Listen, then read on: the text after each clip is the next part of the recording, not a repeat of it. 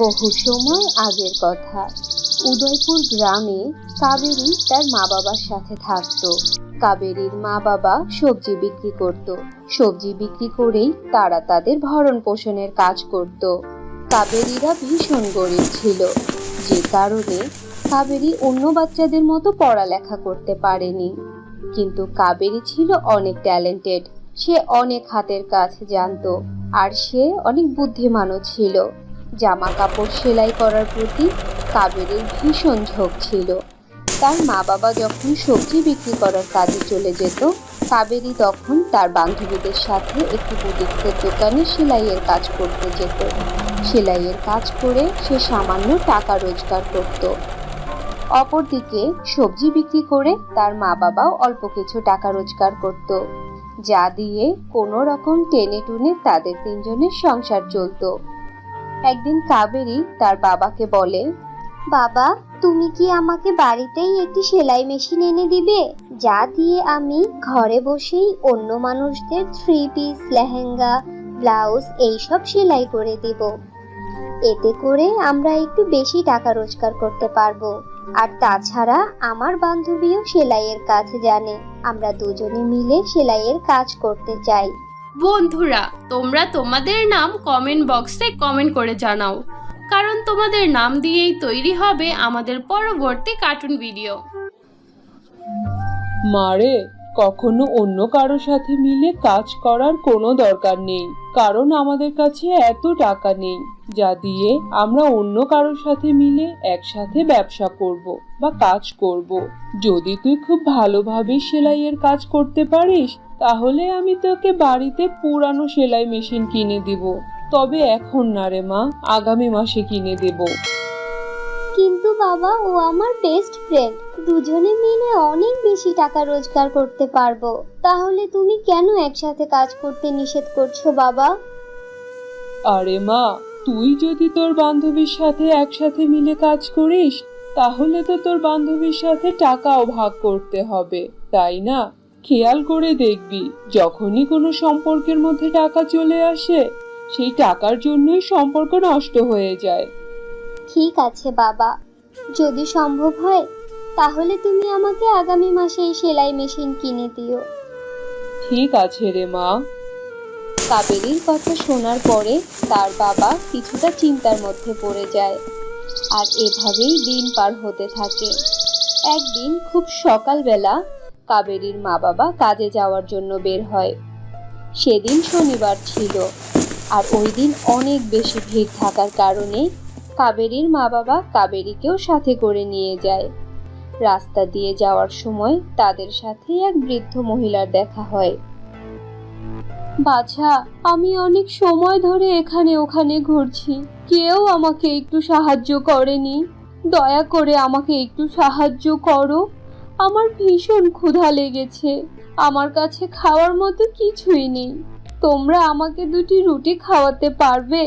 উপরওয়ালা তোমাদের ভালো করবে, দেখে নিও। দাদি, আপনাকে কি খেতে দিব? আমরা নিজেরাই তো না খেয়ে আছি, তাহলে আপনাকে কিভাবে রুটি খাওয়াবো বলেন?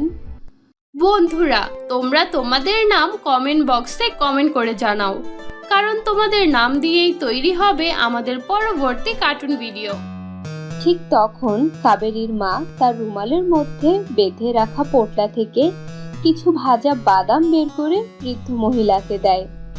কাবেরীর মা বাবা প্রতিদিন সবজি বিক্রি করে যে টাকা রোজগার করে, তার সবটুকুই সংসার খরচের জন্য খরচ করে ফেলে। ওরা এতটাই গরিব ছিল যে রাতের খাবার পর্যন্ত কোনো নিশ্চয়তা ছিল না যে রাতের খাবার ওদের কপালে জুটবে কি জুটবে না। কিন্তু তা সত্ত্বেও তারা বৃদ্ধ মহিলাকে সাহায্য করেছে।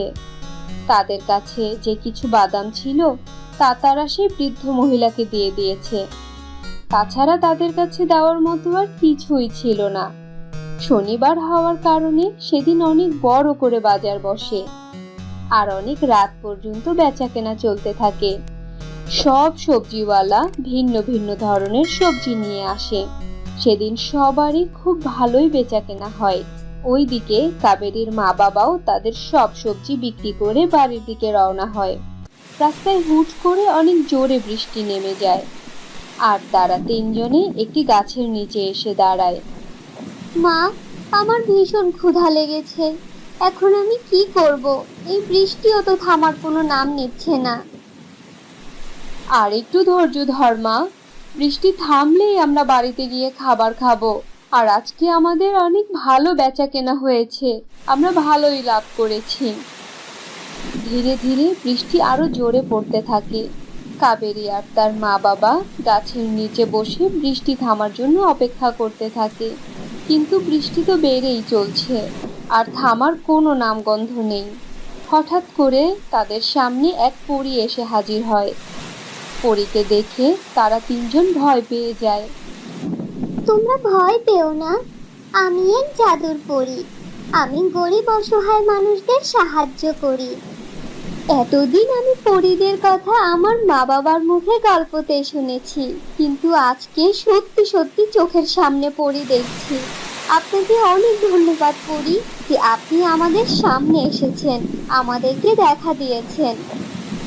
তোমার মনে আছে, তোমার মায়ের কাছে ভাজা বাদাম ছিল আর আমি তোমাদের কাছে রুটি খেতে চেয়েছিলাম। তোমার মা কোনো কিছু চিন্তা ভাবনা না করে আমাকে সেই ভাজা বাদাম খেতে দিয়েছিল, কিন্তু তোমাদের নিজেদের খাওয়ার কিছুই ছিল না।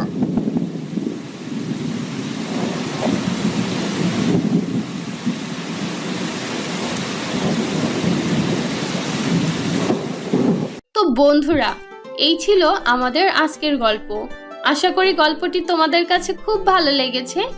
ভালো লাগলে আমাদের আজকের গল্পটিতে একটি লাইক দাও, কমেন্ট করো আর তোমার বন্ধুদের সাথে শেয়ার করো।